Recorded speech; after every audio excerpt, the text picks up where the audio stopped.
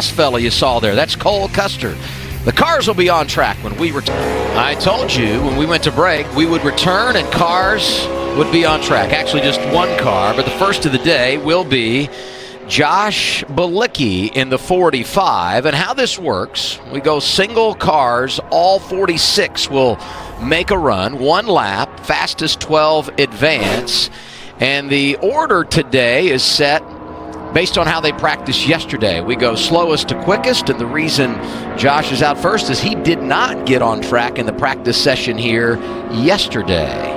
The 22-year-old from Wisconsin getting to field this racetrack for the first time. The car looks good, and it sounds like it's running okay, Adam. So not practicing yesterday will not keep you from being competitive today. You talked about whether qualifying is important or not. Certainly it is. If you want to win this race, you want to make a statement right now. But if you're in this race this afternoon, Adam, you've got a chance to draft up toward the front, and that's what Bilicki will be looking to do. Round one of qualifying will determine who's in the field and set the grid for positions 13th through 40th. The top dozen cars move on to round two. We'll find out how we line up in the first 6 rows and decide who will be on the pole later today when we open up 2018 for the NASCAR Xfinity Series. Bilicki, a young driver out of Wisconsin, road racer. It's like that nose is a bit up in the air. That will hurt the speed of that 45 machine. You want that nose to be sealed to the road. We'll watch as the cars progress from slowest to fastest how the attitudes of these cars do look on the speedway this morning.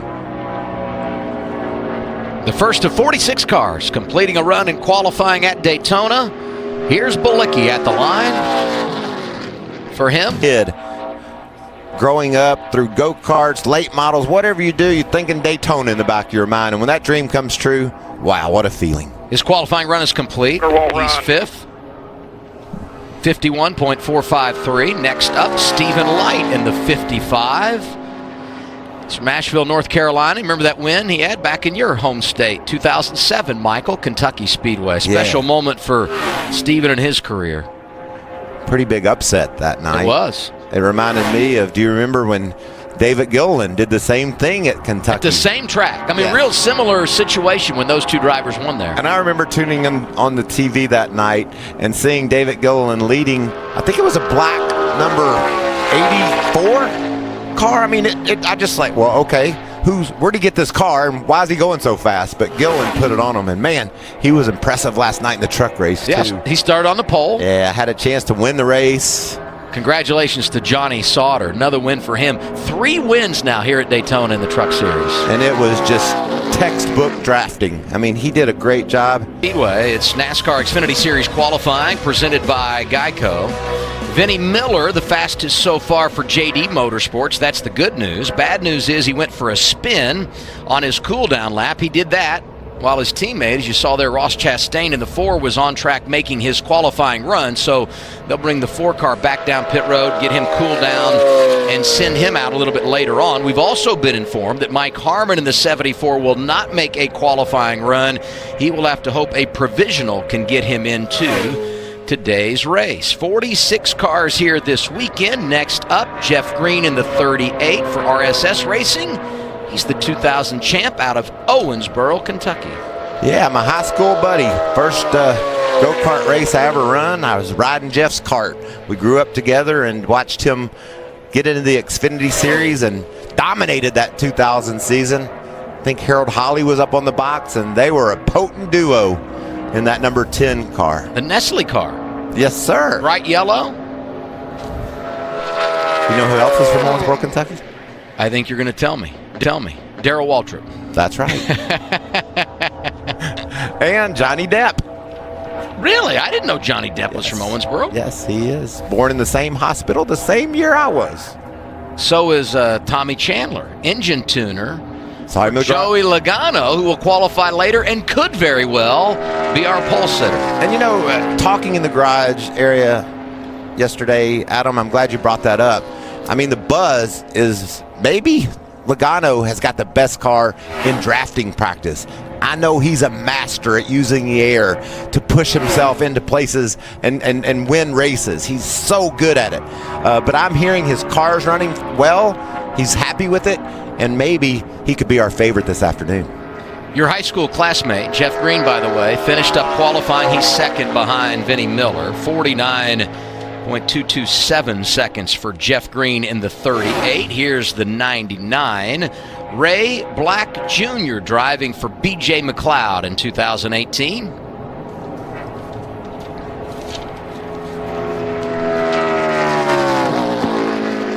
At the line.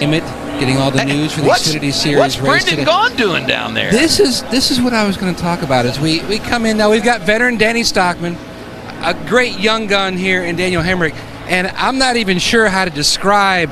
He's got Yoda. Is he going to give you any wisdom? 3 words of wisdom. It says it right here. I told him he looks like Mike Bliss. He needs to.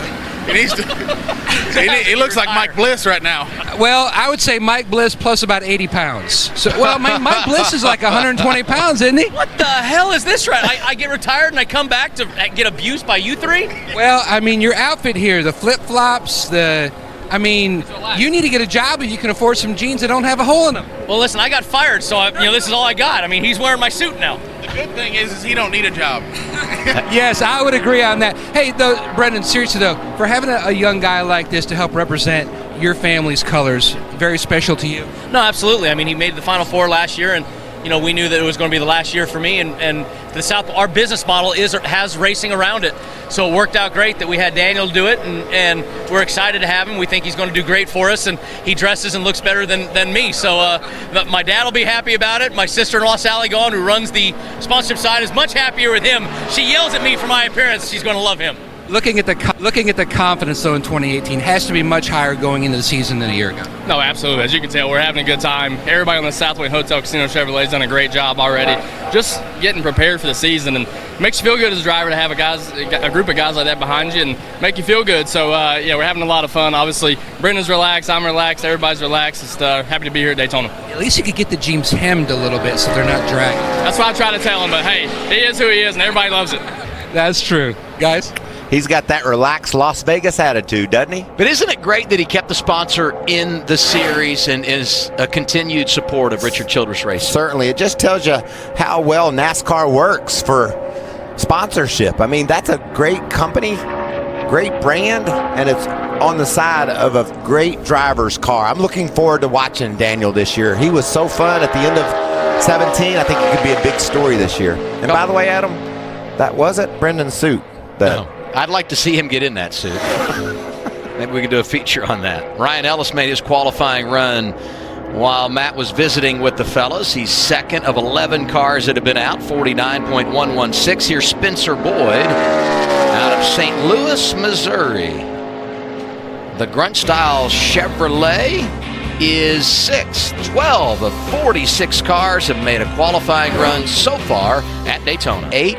Caesar Baccarella. I want to send our thoughts to Caesar as well. He's from down in Parkland, Florida. That's where we had that horrific shooting a couple of days ago. Knew some of those involved. He told me in the garage, lives about 3 blocks away from where it happened. So saddening to see that happen and the lives lost. So we're certainly sending our thoughts and well wishes to Caesar, his friends and family involved down there, and all those in Parkland, Florida a couple of days ago.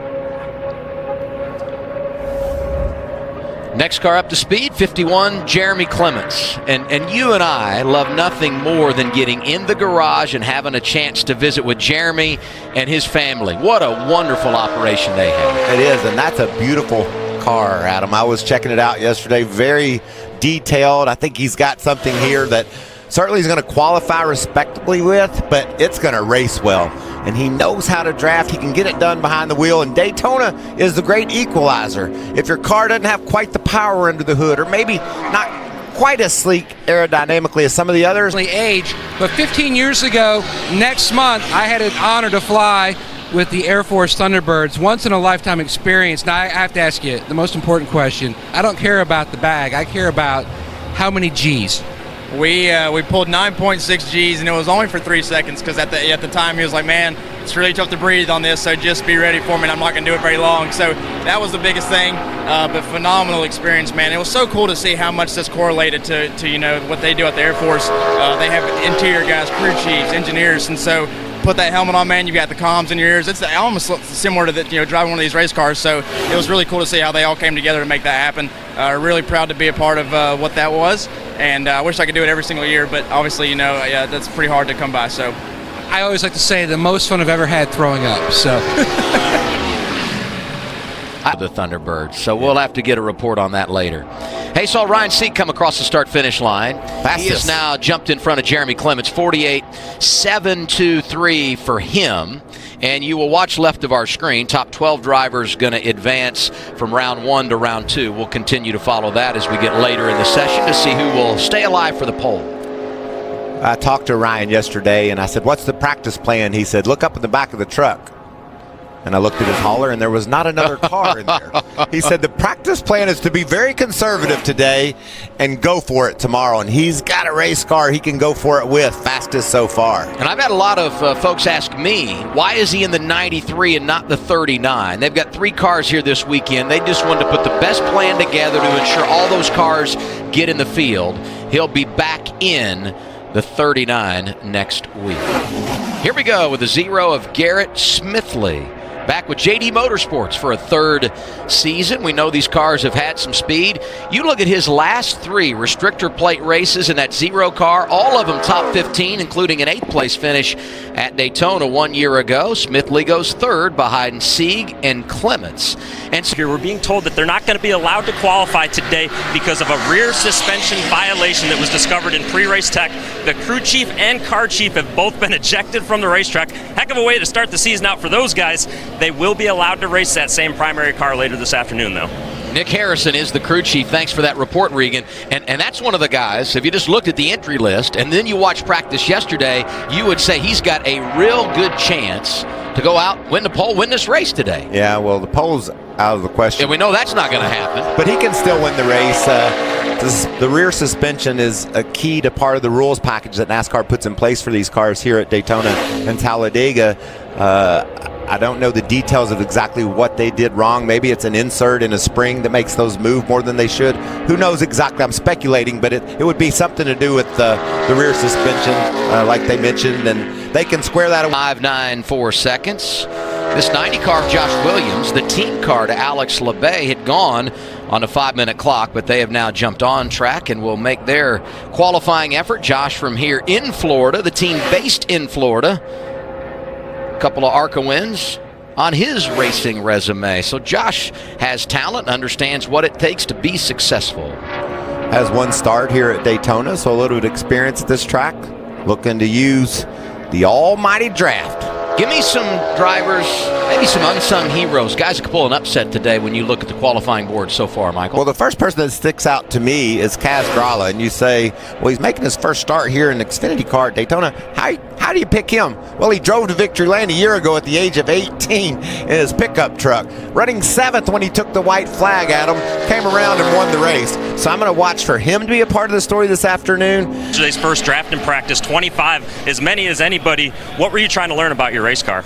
Well, it's been a couple years since I've ran a plate race in the Xfinity Series, so the rules package has changed quite a bit since I ran, and it's even changed for these guys since last year with the nose, the addition to the nose. So just trying to learn, how you could draft. It seemed a little bit harder to get to people's back bumper, so I don't know if that's going to make it harder to pass or what, but we'll find out when we get in a big pack. But the DC Solar Chevy had good speed, I thought, yesterday, and it handled pretty good, a little bit tight as I went, but I'm confident my guys got it driving good, and we can hopefully stay out of trouble and have a shot to win. Good news for this team, guys. If they need a relief driver, they've got one on standby right here. Is that you or Owen? Who are you politicking for there, Regan? He's already got it figured out. One finger in the air. You wonder how families wind up a part of racing, like we've seen from the beginning of NASCAR, and that's exactly it there. You take your son to the races or your daughter, and they grow up around it, they love it, and they want to be a part of it. It's a great way to spend family time when you're off at the races. Paying off the most recent drivers to go in qualifying, mentioned Josh Williams. He is 8th of the 23 cars that have been on track. And we also saw Ross Chastain after he was out earlier, had to cool the car down when we had that spin during his qualifying run. He's made his way back on track, locked into the field. He is 5th overall. And now we look at the 25 of Chris Cockrum. And I said yesterday during practice to Larry McReynolds, Mark it down. I'll bet you a bunch of money at some point during this race today we'll be talking about this kid right in the middle of the mix. He always makes his way to the front in these plate races. Isn't that fun when you think of guys that seem to overachieve, get there? You're right, Adam. That's one of those guys. 17th for Cochran in his qualifying run. David Starr hits the track, 50 years old, out of Houston, Texas. We'll see what he can do in the 52 as we send it back down to Regan. Thanks, guys. Austin Cindric here. Austin, we always hear people talk about drivers not being able to do much in qualifying at Daytona. You're a rookie. It's going to be your first Daytona Xfinity race. What can you do, or have you focused on anything to help out even the least little bit on this lap? Yeah, for me, it's just maximizing the upshifts, being able to get a clean lap, not touch the apron, but be as low as you can, minimize track distance. But I'm excited to see the speed this thing has. Roush has a pretty good history of having some fast speedway cars, so see how fast our Protec Ford F-150. First race in the Xfinity Series. Ford Mustang is today. First race for him. He'll get that figured out, Adam, as we go along here. Don't forget, the 60 car is the team car to the 16, who has won 2 of the last 3 races down here. Ryan Reed's been really strong. These guys have got to be communicating with each other. Old habits die hard, don't they, Regan? Absolutely. Second youngest driver in the field will be Austin Cindric. Only to Kaz Grala, who won here in the Truck Series a year ago. A very talented rookie class that we'll have this season. Doing battle in a car. And that's why I love our Fox broadcast team, inviting these Cup guys up and just sharing what they know. It makes us better, Adam, not only today, but as we race forward to Atlanta and so forth. We'll learn more because of these guys being here. Cindric jumps up to 8th. On the bubble now, last year's winner Ryan Reed, as we look at the 28 of Dylan Lupton. What did he tell you about his car yesterday in practice? Well, I walked up. I said, "How's it going, Dylan?" And he had a bit of a concerned look on his face, I would say. And he says, "It's loose. My car's loose." And I said, "Oh, well, tighten it up."